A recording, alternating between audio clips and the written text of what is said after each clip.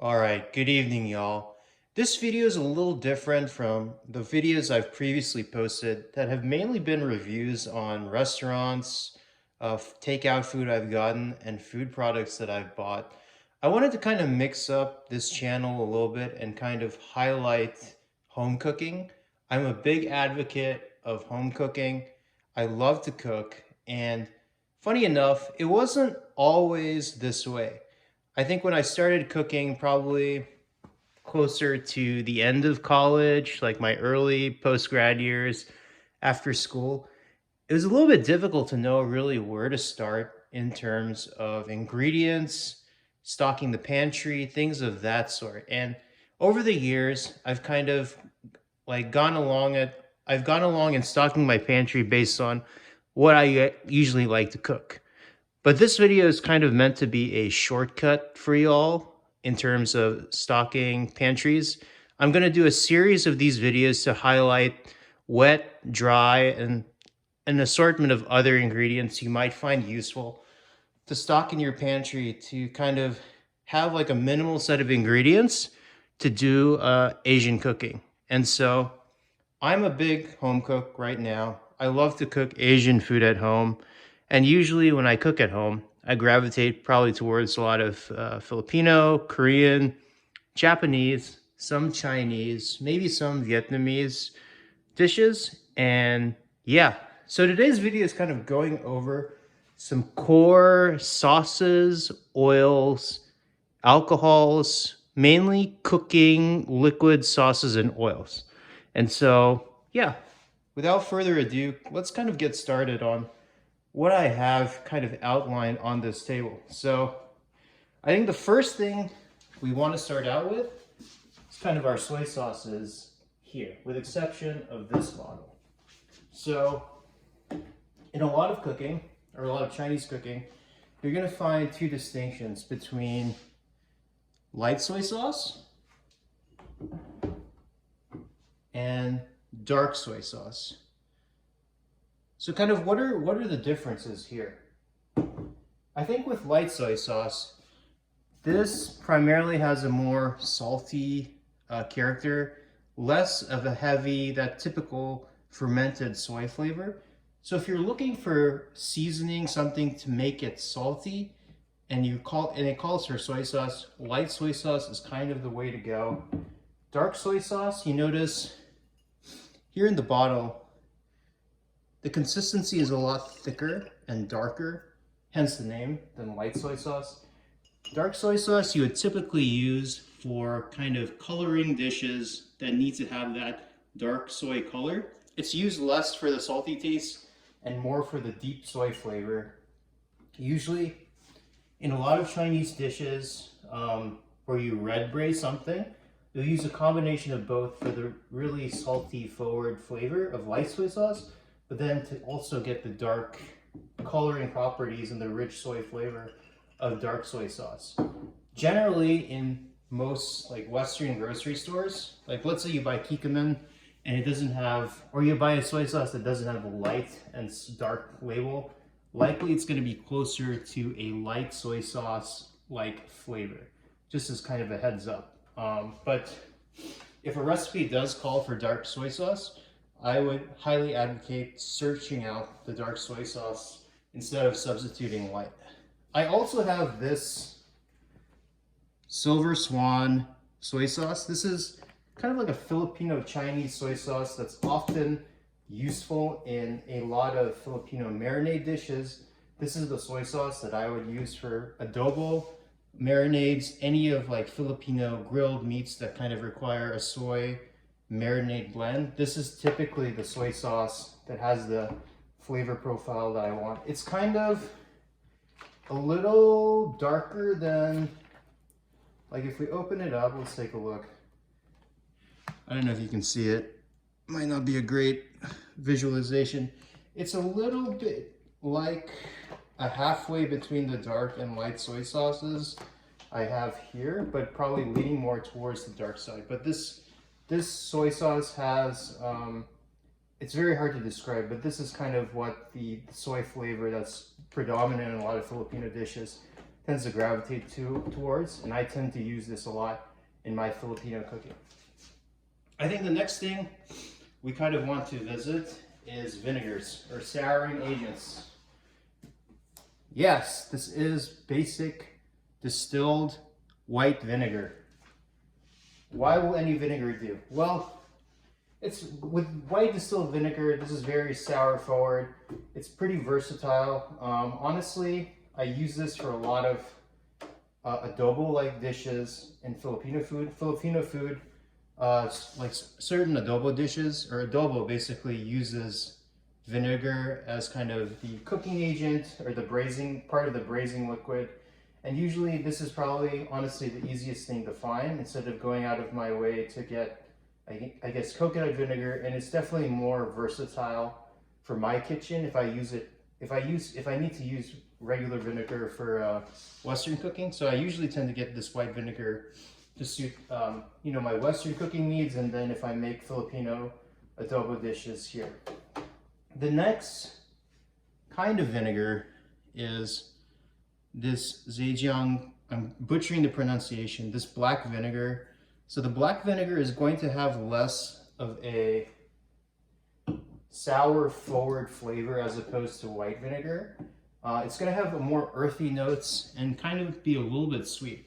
So like typically, if you are a big like dumpling guy or girl or gal, yeah, if you're a big dumpling person and you want to make a dumpling sauce, usually the dipping sauce will have some sort of black vinegar from my experience if it's a Chinese dumpling dish, or sometimes some noodle dishes have this as well. This is also kind of used in some cooking, braising. Certain stir-fry dishes in Chinese food will use this kind of vinegar too. So it's a pretty versatile vinegar. It has a lot of complexity. Like I would compare it.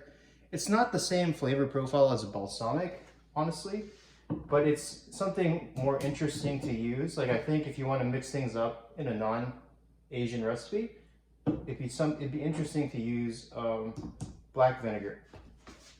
So those are basically my vinegars, souring agents. I think the next thing to cover is oils. So here I have this gigantic tin of sesame oil. I usually just refill a spray bottle for my convenience when I'm cooking on the stove. The sesame oil is important as a finishing oil and kind of to impart a nutty note to a dish you may cook. Typically, you don't use sesame oil to actually like fry meats or do the stir fries itself. I think at least in the beginning of the process, it's usually added towards the end because if you put it in early, the sesame flavor is gonna degrade as you cook it. Typically, you'll use sesame oil, right, when you finish things. So like when I make kimchi fried rice, I'll usually squeeze a little bit of sesame oil to my kimchi fried rice to impart a nutty flavor to the rice. It's also commonly used in a lot of dumpling dipping sauces. I think soy sauce, sesame oil, vinegar, and chili crisp, or some combination of or subset of thereof, are used for dipping for dumplings, a lot of Chinese noodle dishes. So you'll find pretty good versatility with the sesame oil, even if you just solely use it for dipping sauces for dumplings, kimchi pancakes, things of that sort. It's a major component in dipping sauces. So highly recommend getting sesame oil. Next in my pantry, this isn't necessarily an East Asian thing, but it's cooking oil. And why avocado oil? Why not olive oil? Well, the thing about a lot of East Asian cooking, typically Chinese cooking, or anything that requires high heat, you want an oil with a high smoke point. Why do I get avocado oil instead of vegetable oil? Vegetable oil has a high smoke point, right? Well, avocado oil is generally healthier, I think, than vegetable oil. And that's kind of why I buy avocado oil. It's very neutral tasting, has a high smoke point, it's probably better for your health. And so that's my neutral oil recommendation. You're gonna use it if you're gonna stir fry dishes, and even if you don't cook, a lot of Asian food at home, it's a good neutral oil to use when you're pan frying things, things of that sort. If you're searing a steak and you need to grease the pan, highly recommend using avocado oil, for instance. So there's my plug for oils. I think the next thing to visit is our alcohols over here.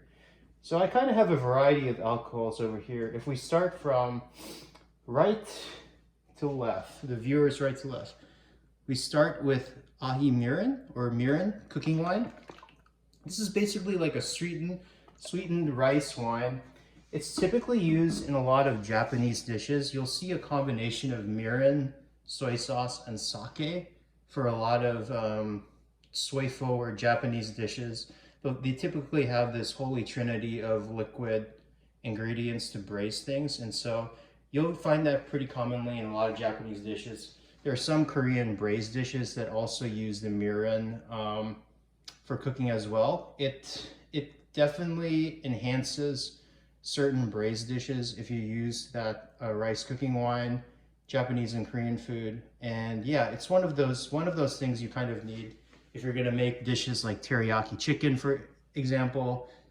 Mirin is a core component in teriyaki sauce. So like if you're a big teriyaki person, you're gonna cook that a lot at home, would recommend getting the mirin. If you're gonna cook a lot of Japanese food, Korean food, definitely get the mirin.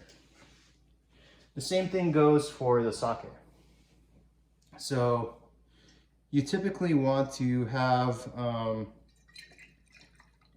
sake if you're going to be making Japanese food at home. It kind of goes with that holy trinity of mirin, soy sauce, and sake for a lot of sauces and braising liquids within Japanese food. And it's a good, yeah, it's just good to, and when you're buying a sake for cooking, usually you just want to buy a cheap one, like, because it's going to burn off. And so you don't want to go for the high-end stuff for cooking. So this is the most economical one that I usually buy. It's called Sho Chikubai. Probably the best bang for your buck in most Western Asian grocers. Asian grocery stores in like Western countries like the States. The next is we have Chinese alcohols here. So I have two. I have this clear rice cooking wine. I don't know the Chinese character. And then I have Shaoxing, which is kind of darker in color. If you can't find Shaoxing where you live, a dry sherry is a good substitute. So typically for this wine, you'll use this in a lot of red braising dishes in Chinese food. Red braising kind of refers to a way of like stewing meat or protein in this wine, dark soy sauce, light soy sauce, and rock sugar, which I don't have pictured here because it's not a liquid oil or sauce. And so that kind of imparts those red braised dishes have a salty, kind of dark color, very rich umami taste, and also sweet from the sugar. So you're gonna need this if you're gonna cook a lot of Chinese red braised dishes. Like I would Google red braised pork after this, or if you're going to make things like if you're going to make like lu rou fan, which is a Taiwanese braised pork dish. If you're going to make, I believe if you make 3-cup chicken, you'll use the Shaoxing as well. It's a very versatile ingredient. It's commonly called for in a lot of Chinese like braised dishes. So highly kind of recommend getting this one. This cooking wine, now I kind of use this, I actually don't use this that often. And so this wine, I would say, is kind of optional. I usually kind of gravitate towards this cooking wine if I'm cooking Chinese tomato eggs. Like it usually adds a little pop to your like tomatoes when you're kind of sauteing them.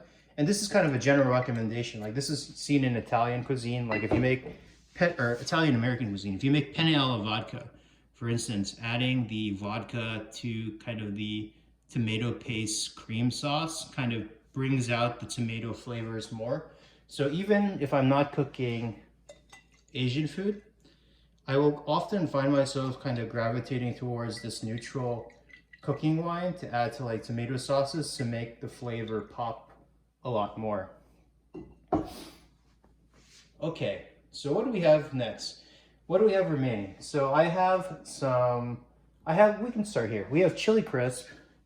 So chili crisp, I typically don't use in the actual cooking process, but it like sesame oil. It's a good like finishing component for certain dishes. What do I mean by that? So for example, if you make hand-pulled noodles at home or any dumpling dishes, you're typically gonna toss it in chili crisp or, you know, sesame oil, a dipping sesame oil, or if you're making dipping sauces, right, you might mix chili crisp with soy sauce, vinegar, sesame oil, things of that sort. So this is a good finishing sauce if you're a big noodle person at home.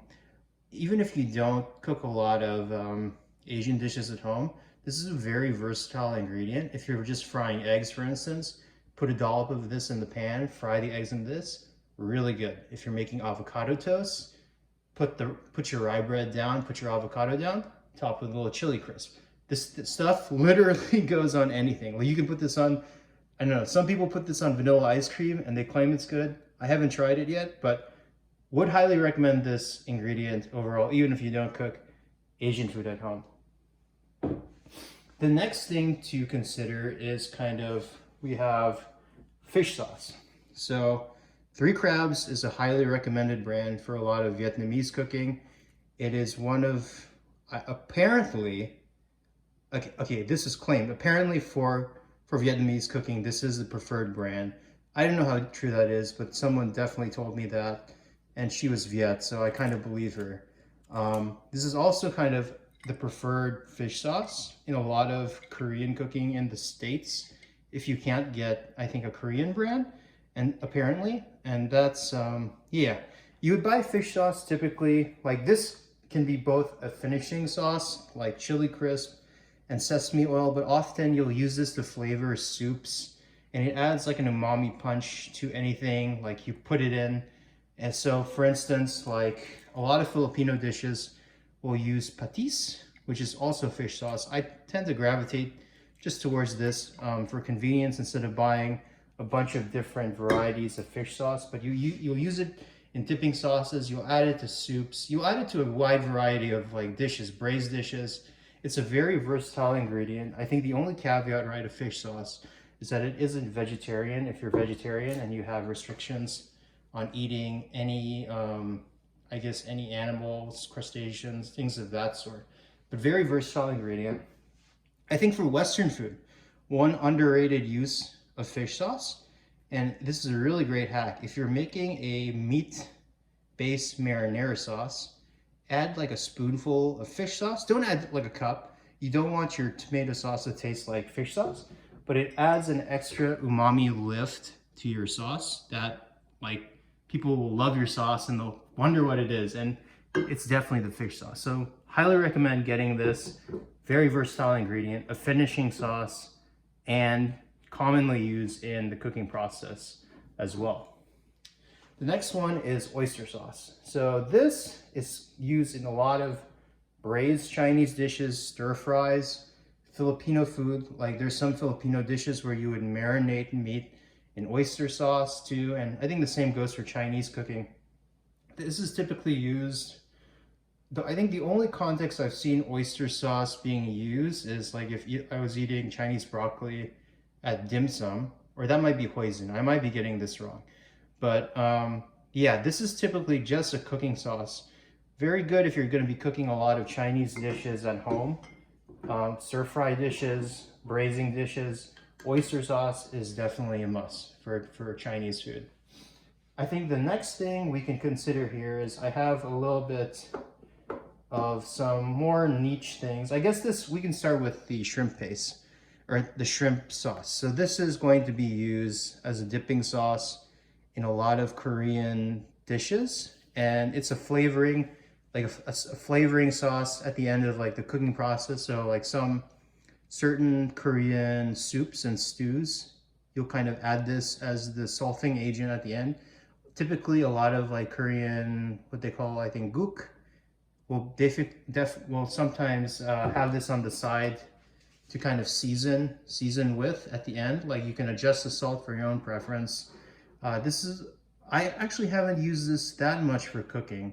There might be some uses for it, but I'm not entirely sure. But definitely you'll use this kind of as a finishing sauce, like a salting sauce at the end. And yeah, it's useful to buy if you're going to be cooking a lot of Korean food. I wouldn't recommend buying this this kind of shrimp. It's almost like a fish sauce, the shrimp fish sauce, if you're not going to be cooking Korean food. You can get away with a lot using fish sauce instead. The next thing to consider is if you're going to be making Korean food in terms of paste. I guess I could have included this in another video, but I put this here because it's liquid, not really liquidy, but it's already here. Let's go ahead and review it. This is gochujang, so this is red pepper paste. A lot of your spicy Korean braised dishes, stir-fried dishes are going to have a scoop of gochujang. If you're a bibimbap kind of girl or guy, you're definitely going to use definitely going to use gochujang in your bibimbap sauce. The next thing is doenjang. So this is basically the equivalent of miso in Korean culture. It's a little more earthier in flavor profile and chunkier than miso. You'll typically use this as a base for a lot of soups. The classic soup or stew that Koreans use this for is doenjang, which is like a soybean. The base is this soybean broth. Typically has some tofu, vegetables, fish, or some protein, and you eat it with rice. This is good if you're going to be making a lot of like soup or stew dishes at home. I think if you make a lot more soup or stew dishes at home, get the gochujang and the doenjang. But yeah, I wouldn't recommend getting these ingredients if you're not going to be cooking a ton of Korean food at home. It's kind of it is a little bit of a waste since they're not as, I think, well, I guess you could, there are probably different uses for this. This might be something to experiment with. I know miso black cod is a very popular dish right now. It'd be interesting if someone were to try doenjang instead. But yeah, like for gochujang, you might be able to argue you could use this for certain pastas. It's going to definitely impart a sweet flavor to your pastas. If that's not what you're looking for, probably don't go for it. But yeah, typically, at least for my use cases, I just use like these Korean pastes and this shrimp, like kind of, it's almost like a fish sauce, shrimp sauce, I guess we'll call it that, for Korean dishes. And so yeah, this is kind of I guess the compilation of sauces, alcohols, vinegars, and pastes that I typically use for Asian cooking in my house. If you guys found this video useful, feel free to like, subscribe, and comment. And yeah, I'm going to keep up this series and probably talk about drier ingredients, aromatics in the next few videos. And yeah, hope everyone has a good rest of their night.